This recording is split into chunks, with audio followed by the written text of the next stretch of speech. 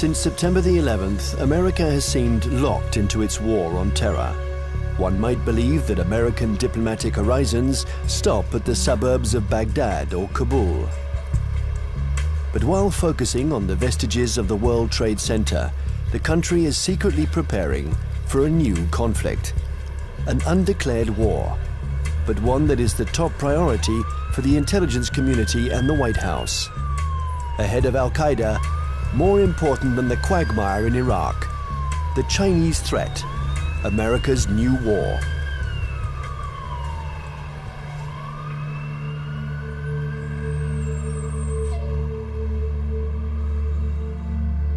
They have a term they call comprehensive national power, which is economic, political, military, all together, cultural.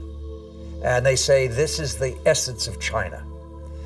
This is the time for China to rise. Our time has come. This is the Tang Dynasty again. We are a great power. We are a world power. They are playing the old Sun Tzu game, winning the fight without firing a bullet, or that isn't what Sun Tzu said, but win the battle without losing men. That's the best way of winning. And I think they're very conscious of this, but they're willing to fight.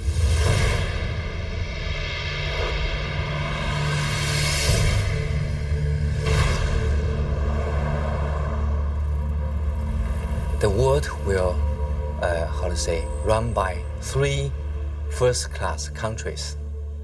One is USA, United States of America. Another is USE, United States of Europe. Then the Greater China.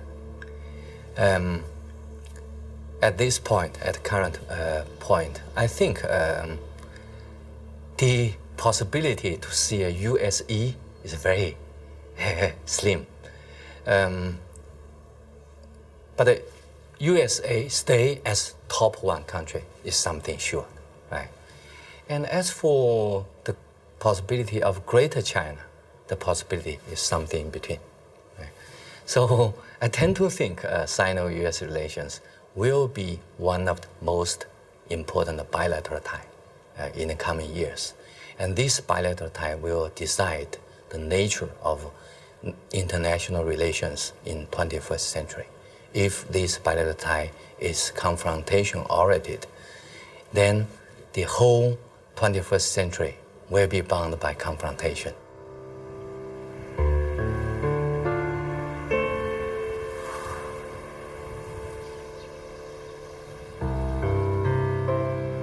Kinmen Island, the actual frontier between the two giants, and where the ultimate confrontation may take place. This little island belongs to Taiwan, but it is only 2 kilometers from the Chinese coast. From here, one can see the inaccessible banks of Fujian province, where hundreds of ballistic missiles point at Taipei.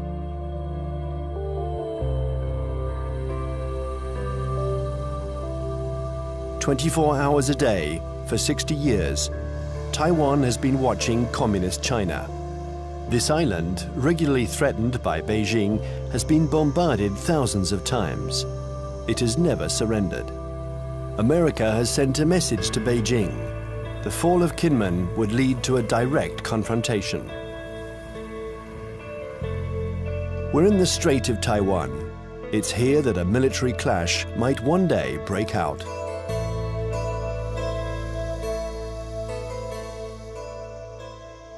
Taiwan is one of those emotional hot-button issues, the way Jerusalem is to Palestinians and Israelis, the way Kosovo was to the Albanians and Serbs. And for most mainland Chinese, Taiwan is rightfully a Chinese province. This was territory that they believe was stolen from China by Japan in the 1895 war, and that the United States prevented reunification during the early stages of the Cold War because of our opposition to communism.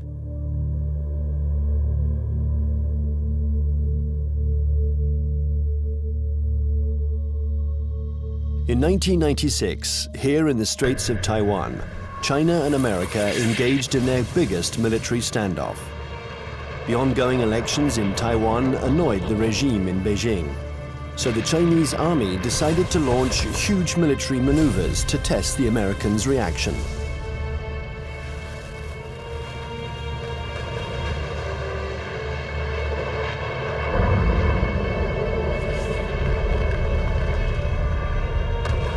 After several days of this Chinese show of force, Washington deployed 2 aircraft carriers. It was the first time the two countries came face to face. For several days, there was extreme tension between the two nuclear powers. When the Chinese fired short-range ballistic nuclear-capable missiles off the north and south coast of Taiwan and carried out a major, what we call a live-fire exercise. And Jiang Zemin was there, the president. They were using some very belligerent language. This is when we dispatched 2 carrier battle groups off the East Coast. And this was a show, this was force. And the matter quickly dissipated. The Chinese thought this was excessive. They thought that they had an understanding with the U.S., that they would have a limited display to show their seriousness on the issue. The U.S. would adopt a very limited response, and then they would both back away. They regarded the deployment of a second carrier as excessive and in some ways as humiliating to the Chinese, because the Chinese couldn't do much to deter or complicate the deployment of those carriers.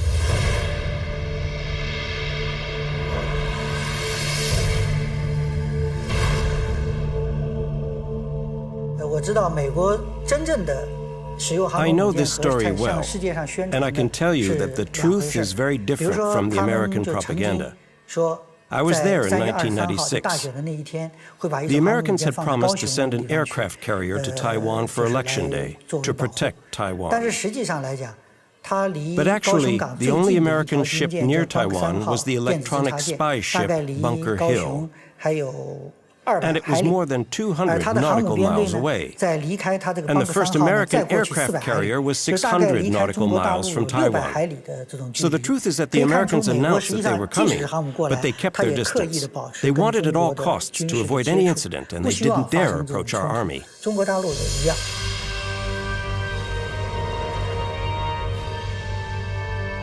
Even if the Americans didn't take much of a risk, in the eyes of the world, they reaffirmed a sacred principle of their foreign policy. They support Taiwan. And they will continue to do so, regardless of China's growing power. I think believes Taiwan is very important for a number of reasons, not to mention the fact that it's our 8th largest trading partner, our 6th largest market for agricultural goods. It's one of America's most important sources of high-tech semiconductor products. Even though they're imported to the United States via China, they're made in Taiwan. But that, of course, isn't the only thing. The real reason I think America has a commitment to Taiwan is because Taiwan is a democracy. It is, in fact, the most vibrant and dynamic democracy in East Asia. And it's a democracy that came to fruition under the pressure of the U.S. government, primarily the Congress, after 40 years of very tight authoritarian rule by a regime that came from mainland China. I think, however, the real reason that the United States, especially the Pentagon, is so concerned about Taiwan is that it has been a very strong defense and intelligence partner for the last 50 years, including the last 30 years since the breaking of relations with the Republic of China on Taiwan. We have still maintained a very strong defense relationship and a very strong intelligence collection relationship with Taiwan. I would say the United States is committed to Taiwan. This goes back historically a long, long way. World War II, we were there. And we were looking for a strong, unified, democratic China. Well, we got 2/3 of it. Strong and unified, not democratic. Now we're calling China a responsible stakeholder. We've got half of it. We've got a stakeholder, but not a responsible one yet. The U.S. feels that we have an obligation, legal, moral, to Taiwan, that we cannot stand idly by and let this be taken over by what looks like an authoritarian, communist-influenced power. This cannot be.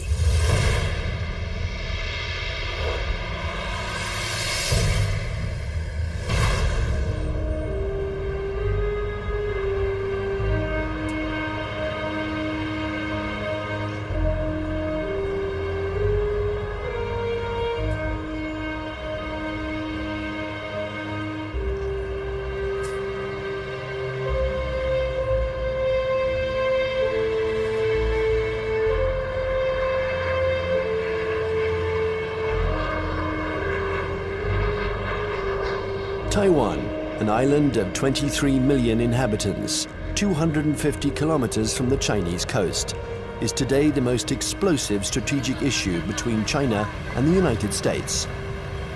Taipei, the capital, flaunts its economic success. It is one of the biggest centers in the world for the electronics industry. A modern city, free, young, and always noisy. In 1895, Taiwan was invaded by Japan. 50 years later, after the Japanese defeat, peace treaties returned the territory to China, a China which was then in the midst of a civil war between Mao's communists and Chiang Kai-shek's nationalists. When the battle turned in Mao's favor, General Chiang Kai-shek, aided by the Americans, took refuge in Taiwan with his soldiers.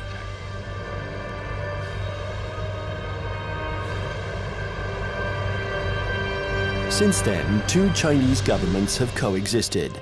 In Beijing, the communist regime that controls the entire mainland. And in Taipei, the nationalist regime, having become little by little a democracy, calling itself the Republic of China, which rules only Taiwan. Officially, these two governments both claim to be the legitimate representatives of all the Chinese. Taiwan is not recognized as a state by the UN. Only 20 small countries maintain diplomatic relations with the island.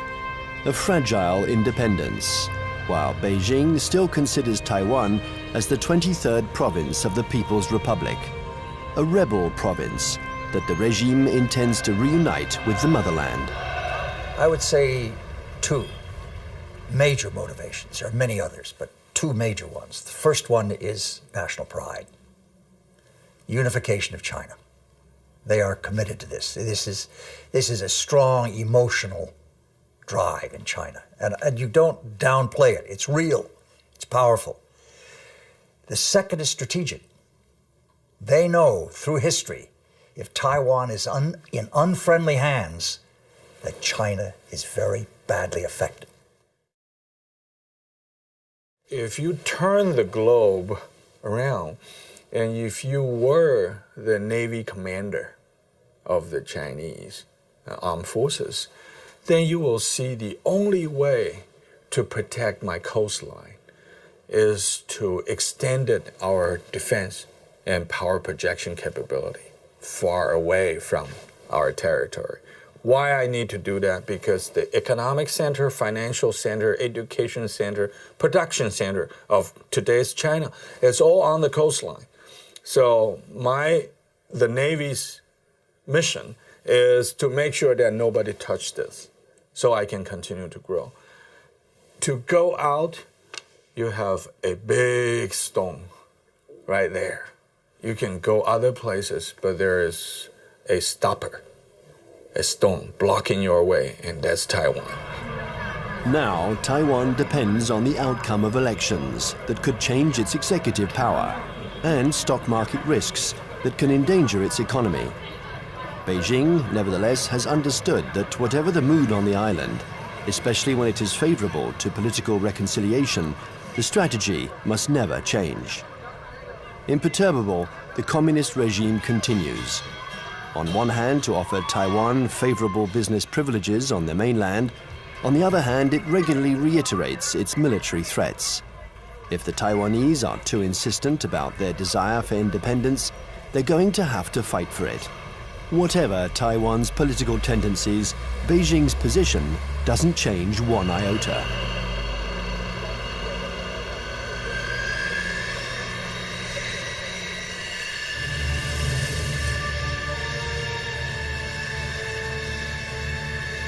A freeway in the middle of the island of Taiwan. In a few minutes, it has been transformed into a landing strip. The population watches this military exercise. They're used to it. French Mirage 2000 and American F-16 jets land and take off with an enormous roar.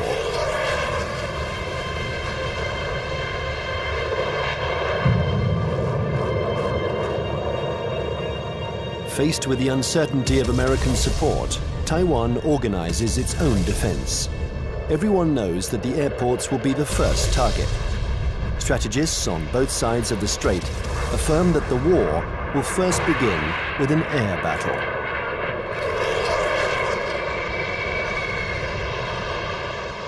I think that experts the world over know that it's very difficult to succeed with an invasion. We still remember Normandy.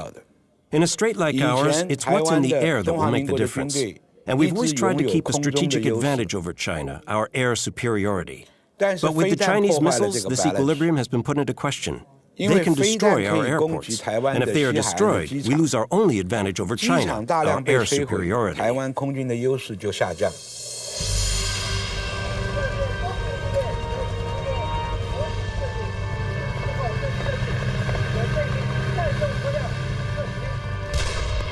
Taiwan's military power is concentrated in its air force, but also in special ground forces. They are training to face the Chinese People's Liberation Army. In the event of a conflict, they expect elite Chinese troops to parachute onto the island to attack strategic targets. Every Taiwanese people here knows that when the war comes, Taiwan is going to take the first bullet. We are going to take the first bullet, and probably we're going to take the bullets continue for about 2 weeks until a month, until that the United States coming. And there's no way that U.S. will come here to fight a difficult fight. If they really want to get involved, it's better for them that to wait when the Taiwanese people, we are wearing down the Chinese elite troops and give them the huge number of the sacrifice. And then the U.S. can come in and clean out the battlefield and win an easy fight. Everybody in Taiwan knows that.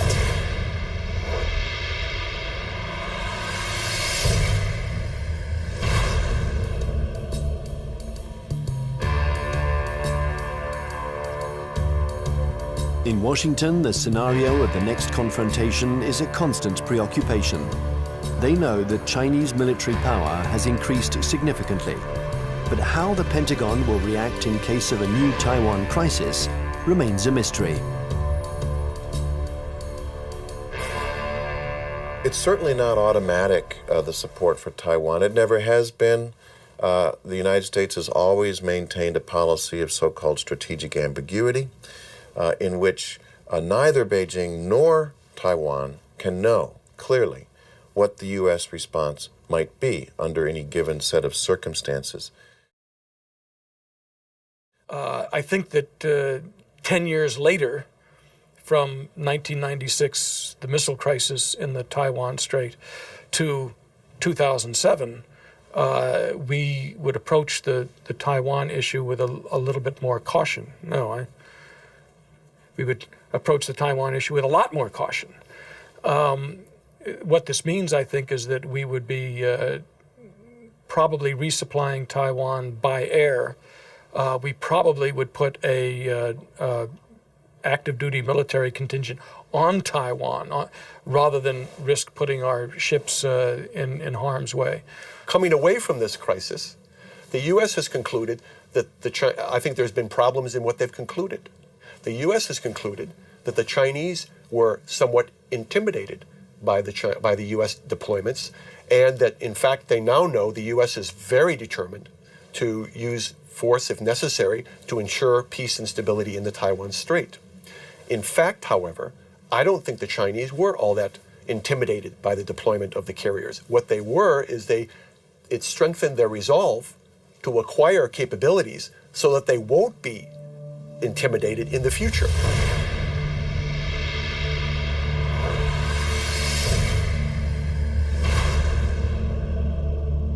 Since the 1996 confrontation between China and the United States around the Taiwan issue, I think China's military modernization speed up. And people saw some achievements, right? Now China owns J-10. That's the typical third generation fighter. And that made China is the third country that can independently produce the third generation firefighter. I think that's a strong signal to the US side, what achievement on military modernization on PLA side. If China's own terminal objective is trying to so-called unify Taiwan by using force to take over, I think their military capability is good enough. But I don't see that, because they're increasing their military budget over the last decade, almost every year, 2 digits.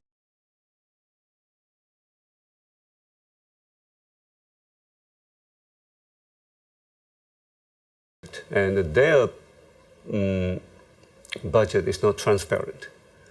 Some observers calculated, they said, well, in fact, the real number could be triple or double the current budget that they made it public. So why they are doing it? They even, for instance now, they even try to show off they have the capability to destroy the satellite circling around in space. Why they did it? Because they want to show to the rest of the world that we are capable of one day becoming a superpower, maybe overtaking the United States.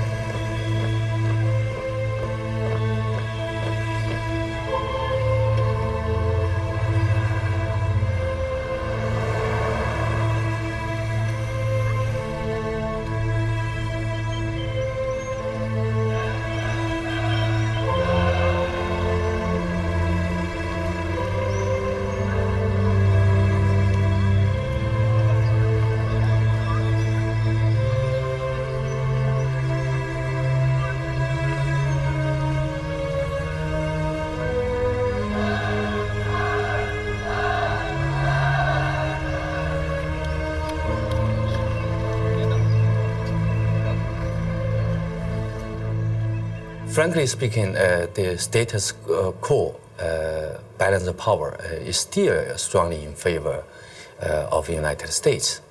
But the situation of balance of power is under change. And I think time is on China's side.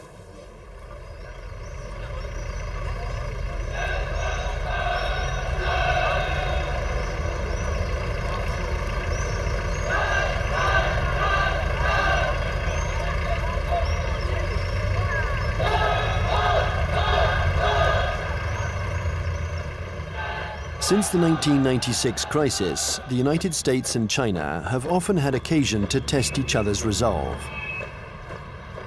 Small conflicts, sometimes public, sometimes secret, that can be understood today as a pattern of confrontations between the two powers.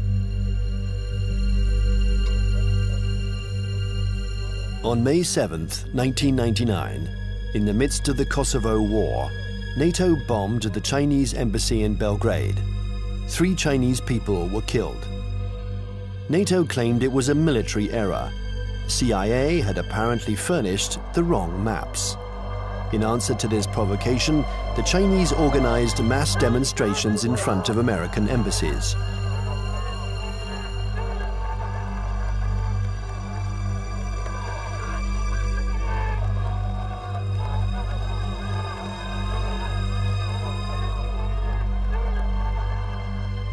Less than 2 years later, China had its revenge. the 1st of April 2001, an EP-3 took off from its base in Japan. It's a spy plane that flies regular electronic surveillance missions along the Chinese coast.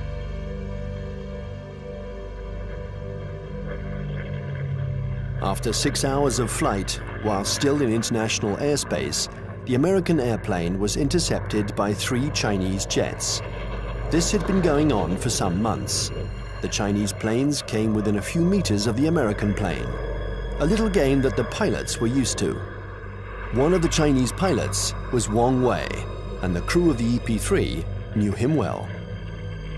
He had already shown through his past interceptions of U.S. aircraft that he was willing to take some very serious risks in coming very, very close to U.S. aircraft. They knew him well. Smart Alec, hot dog we call him. He's in the thing and screw you, and Sam, he comes up like this. Well, he comes a little bit too close. And the Chinese, again, the propaganda apparatus turns on, and they say, our plane deliberately turned, hit his plane, and it crashed. Your fault. And we said to China, that defies the laws of physics. The U.S. government had already expressed its concern over this to the Chinese government. I think in this instance, he miscalculated, and he allowed his aircraft to get too close, and it struck the U.S. aircraft, and it damaged his aircraft in a way that forced him to crash.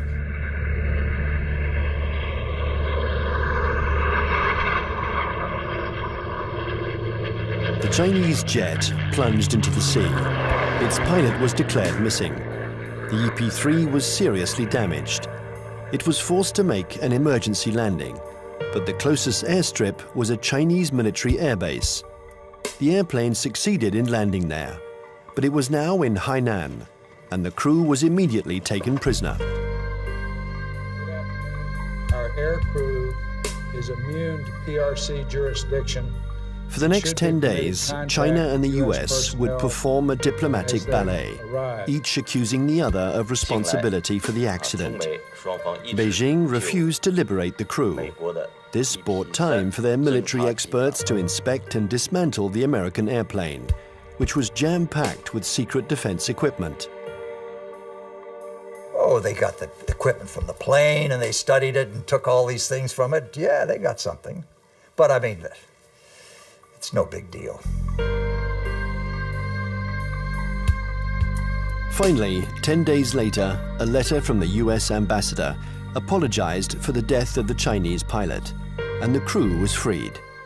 What was left of the EP-3 was loaded onto a huge Antonov transport plane. Direction, the United States.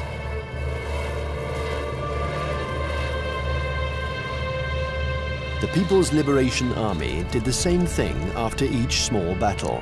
They analyzed all American techniques and strategies. It was almost an obsession with Beijing. Chinese military development was entirely oriented towards a confrontation with the US. In 1996, China understood that aircraft carriers were the main threat, so they tried to develop arms to counter them. There are several things that the Chinese have done over the last several years that play to this capability. One of them is they have developed a larger number of more sophisticated submarines, diesel submarines.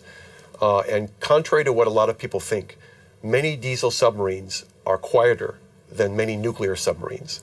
They're very hard to detect. The Chinese have built a significant number of new types of diesel submarines. They've also developed a significant number of new varieties of surface warships.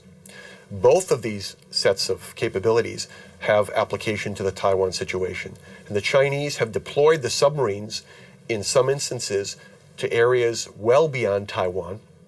They've deployed them around Guam, which is now becoming an area of increased U.S. military presence in the Pacific.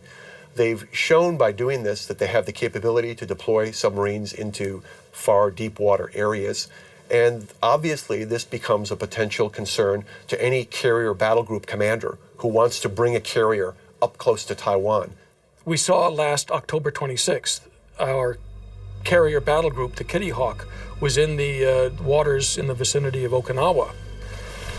And all of a sudden, there emerged right in the middle of the carrier battle group, a very modern Chinese submarine that nobody had seen, nobody had heard.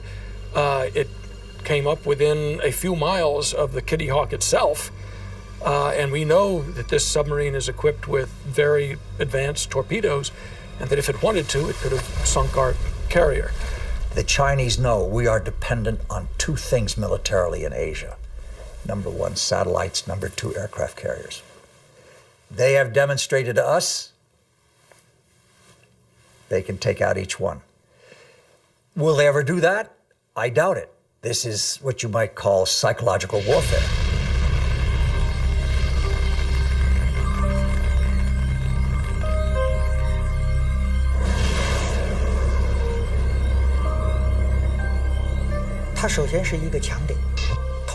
Satellites are an American strong point. But if you look closely, they can also be a weak point. The U.S. relies on satellites to control their entire communications network, and that's a weakness. Today, and we were able to verify this during the last conflicts, the American military depends too much on its electronics and satellites. This dependence reminds me of the Greek legend. The powerful Achilles, who was invulnerable, except for his heel. And satellites are a little like the American Achilles heel. The 11th of September 2006, the People's Liberation Army launched a missile that destroyed one of its own satellites. The explosion in space was obviously immediately detected by the Pentagon. There was consternation in Washington. Nobody had anticipated this Chinese initiative.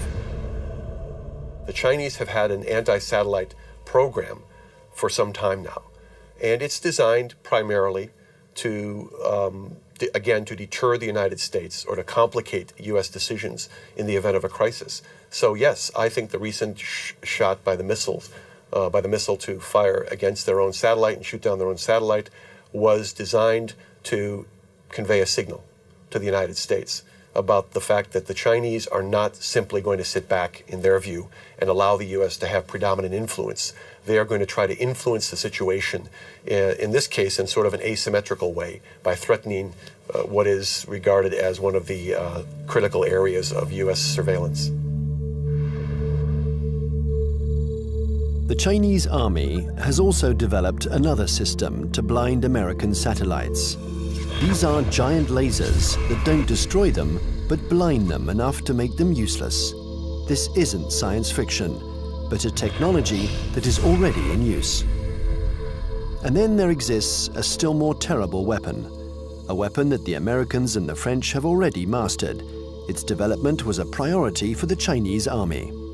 The Chinese have followed very closely the American dependence on the electromagnetic spectrum, the use of communications and networking among satellites and ships and command systems to fight a war. They saw what happened in the first Gulf War, they saw what happened in Kosovo, they watched Afghanistan, they watched the second Gulf War, and they realized that we are more and more dependent on the electromagnetic spectrum and moving communications back and forth. And an electromagnetic pulse, which is produced by detonating a nuclear weapon, usually fries transistors and stops that kind of communication. An electromagnetic impulse weapon uses a nuclear explosion to generate an electromagnetic wave. When this wave hits boats or planes, it instantaneously destroys all electronic equipment. No one dies, provided they are far enough away from the nuclear explosion. But the American battleships, totally dependent on electronics, would immediately be disabled. The Pentagon report described a nuclear detonated or nuclear generate EMP. I asked people in Pentagon, why don't you say they have conventionally generated EMP? They say, we don't want them to know whether we know them. The conventionally generated EMP is less problematic and it is more useful or more usable, because when you have this EMP, there would be no nuclear fallouts. There would be less international protests. They already have it.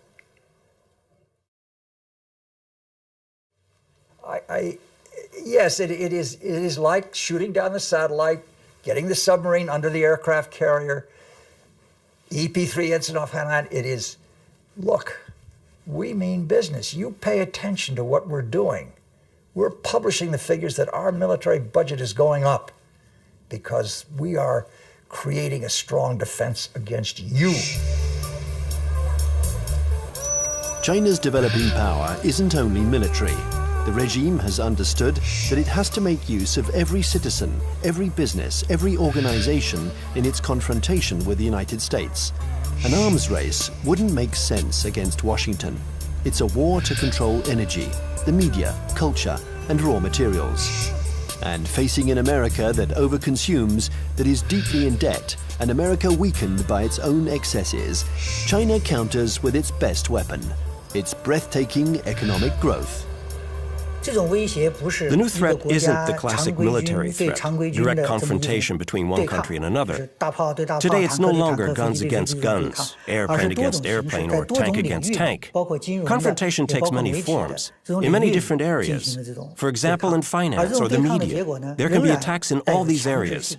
The object of these new kinds of conflicts is the same as in a conventional military confrontation, forcing the enemy to accept certain conditions. It's still war, but war today goes beyond this military domain. It's what we call an unrestricted war.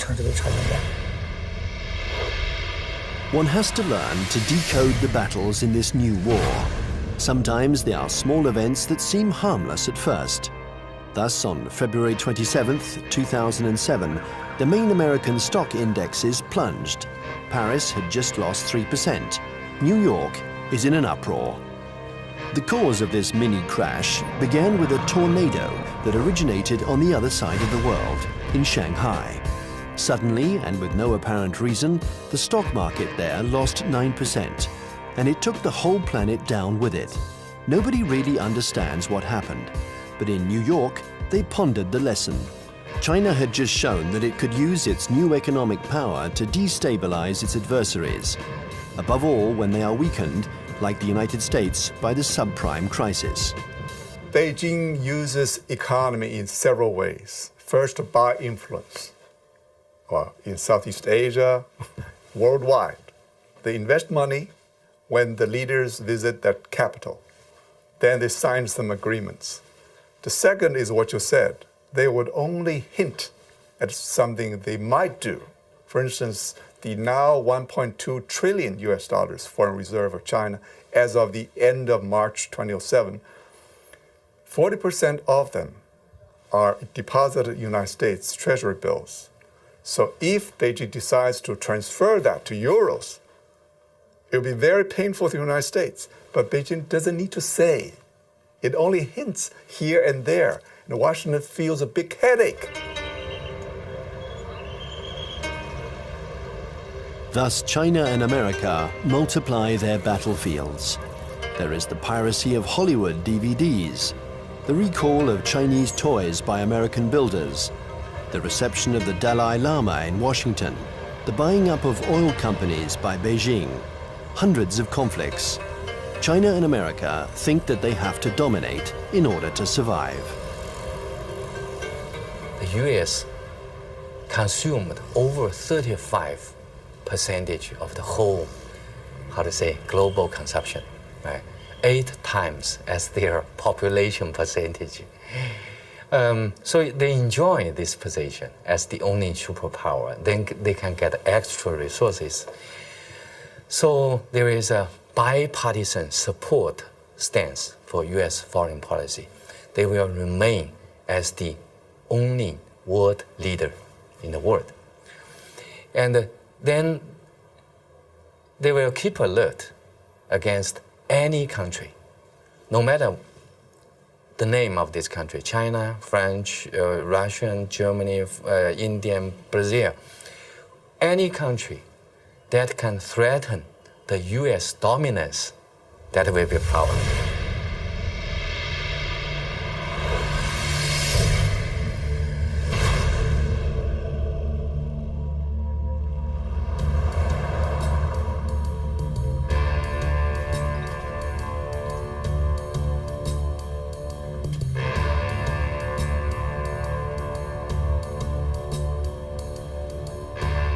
In Washington, China has become the major preoccupation of every administration.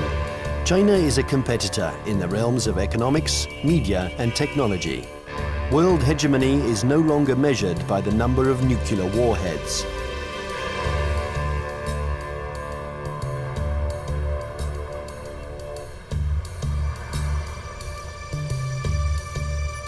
Congress has even created a permanent investigation commission, unique in its kind, whose mission is to study the economic and security challenges posed by China.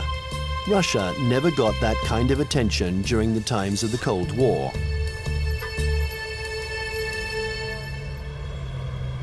There is a global plan from China. They have two. One was started in March 1986, called the 863 program, and one in March 1997 called the 973 program. The first, the 863 program, called the Torch Plan, was a global plan designed to gather and bring to China dual-use technologies that could be used to improve China's technological base and economy and industry while improving its military capacity. And it's an organized thing, you know. Each industry every year from the central government gets goals and targets and objectives and gets told to send people out and go do that. So it is organized, and it's not perfect, but it's organized. And the 973 plan is a parallel designed to improve their capacity in basic research and innovation. People in the States pay too much attention to China.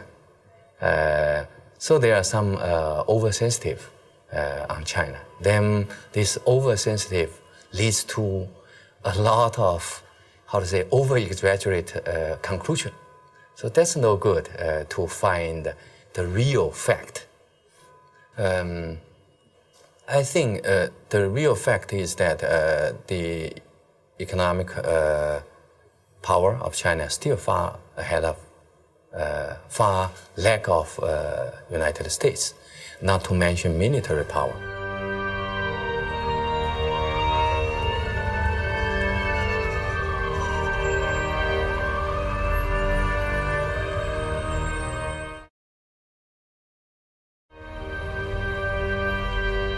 If the French Foreign Intelligence Collection Service goes to a student and says, while you're at Tufts University, we want you to go over to some laboratory and gather this, the student can say, I'm busy.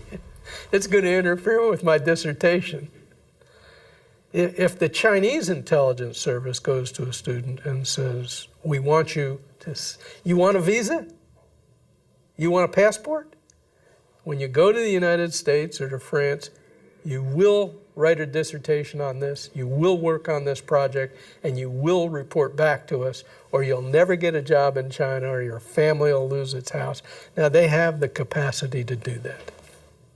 The United States cannot maintain itself as a superpower if we allow our industrial production to be offshored, to be outsourced. And that's what's happening now. We're finding very large amounts of our basic core industries. And I don't mean just like steel. Steel is one of them, copper, basic, resources. But things like semiconductors. And when we find that our semiconductor industry has gone from 12, state-of-the-art wafer fabs to 3,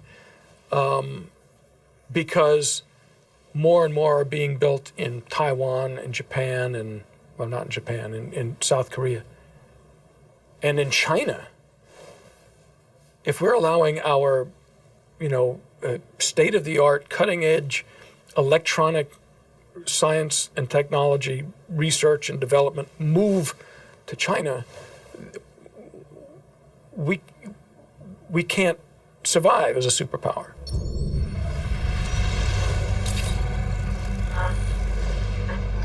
This technological war culminates in cyberspace.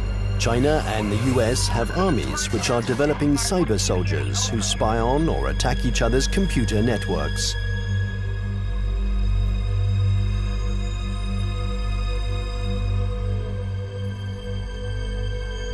In March 2006, the US State Department decided to buy 16,000 computers from Lenovo, the Chinese company that had just bought out IBM. Some of these computers were meant for networks that circulate secret defense data. Larry Wurtzel and his commission intervened to stop the delivery.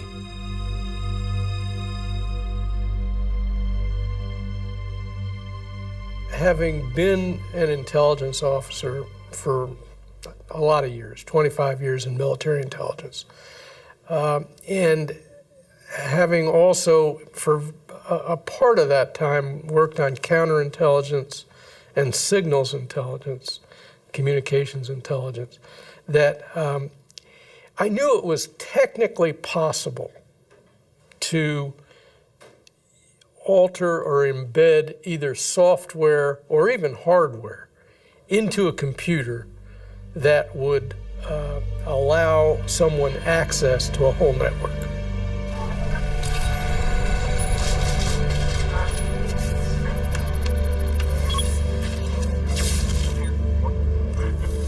The entire Bureau of Export Controls of the Department of Commerce was attacked and shut down by, turns out, hackers from China. The State Department itself lost a bureau and all its computers by hackers from China.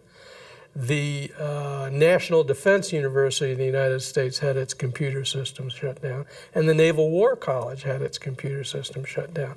Other computer systems, government computer systems, have been attacked. And I think General Cartwright, the commander of the U.S. Strategic Command, has recently testified in front of Congress about this. So I knew these things were going on. There's more going on that we learn about on the Commission because we do have access to classified information. I can only say that in many cases, the United States knows these attacks are coming from China and knows that they're coming even from specific organizations in China. But I can't go into the details on who. The war on the internet is as old as the internet itself. And one can't say that this was a Chinese invention. In America, the CIA and NASA employ 25,000 people to work on the internet. They have the largest internet surveillance and listening centers. So it's true, war exists on the internet. The war has begun without a single missile being fired, without the world noticing. The war has begun in all of these new technologies. Many civil technologies also have military applications. This is especially true of the entire electronics industry and the internet. They're new battlefields in an unrestricted war. The media, finance, business, all these are included. It's a war because there is real antagonism, and both parties try to take advantage of their adversary. It's a new form of war, the unrestricted war.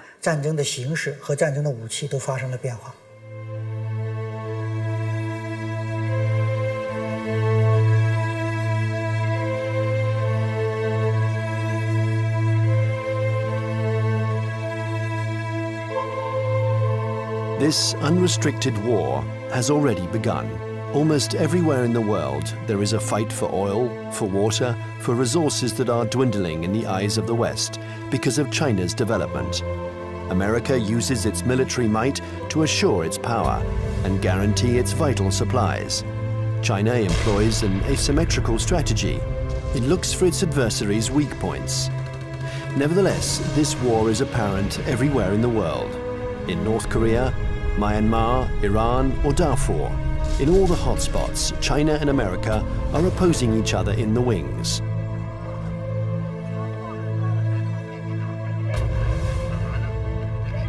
remember the words of Deng Xiaoping: there cannot be two tigers on the same hill.